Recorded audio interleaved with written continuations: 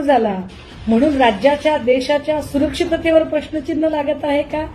जसे विमान अपघातामध्ये राज्याच्या उपमुख्यमंत्र्यांचा मृत्यू झाल्याने एकूण सुरक्षिततेबद्दल चर्चा झाली आहे.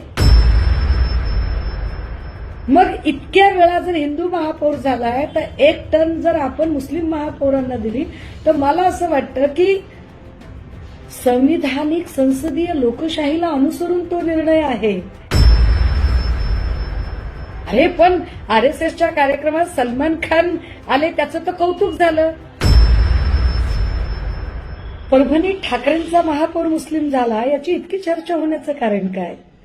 काय परभणीत ठाकरेंचा महापौर झाला म्हणून देशाची अब्रू आंतरराष्ट्रीय पातळीला जात आहे का?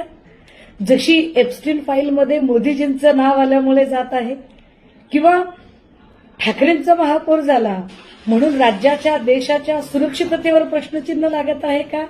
जसे विमान अपघातामध्ये राज्याच्या उपमुख्यमंत्र्यांचा मृत्यू झाल्याने एकूण सुरक्षिततेबद्दल चर्चा झाली आहे.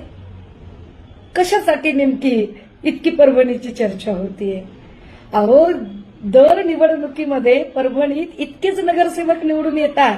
12 ते 15 मुस्लिम नगरसेवक निवडून येतात आणि आतापर्यंत प्रत्येक वेळेला मुस्लिम नगरसेवक निवडून आल्यानंतर तिथे हिंदू महापौरच झालेला आहे. मग इतक्या वेळा जर हिंदू महापौर झालाय तर 1 टन जर आपण मुस्लिम महापौरांना दिली तर मला असं वाटतं की संविधानिक संसदीय लोकशाहीला अनुसरून तो निर्णय आहे. त्यावर इतकं असं काय गहजब करण्यासारखं घडलं? आणि यासाठी भाजपाला इतकी का बरं उतावीळ चर्चा करावीशी वाटते? काय भाजपला एप्स्टीनची चर्चा राज्यभर फिरते याची भीती वाटतेय का? काय भाजपला विमान अपघाताची चर्चा दाबून टाकण्यासाठी ठाकरेंची चर्चा करणं भाग पडतंय का? मुळात सय्यद इक्बाल जे आमचे महापौर झालेले आहेत ते कुठल्या तरी तडीपारीच्या, खंडणीच्या, ईडीच्या गुन्ह्यात गुन्हेगार आहेत का? तसं असेल तर आपण त्यांचं महापौरपद रद्द करूया. त्यांचं नाव एप्स्टीन फाईलमध्ये आलेलं आहे का? तसंही असेल तर त्यांचं आपण महापौरपद रद्द करूया. ते एखादे राष्ट्रविघातक कृत्य केलेलं आहे का त्यांनी? असं काहीच नाहीये.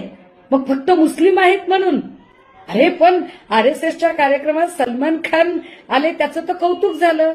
मग सलमान खान आणि सय्यद इक्बाल या दोघांमध्ये गुणात्मक फरक कसा काय आहे बरं? भाजपने सांगितलं पाहिजे नक्कीच.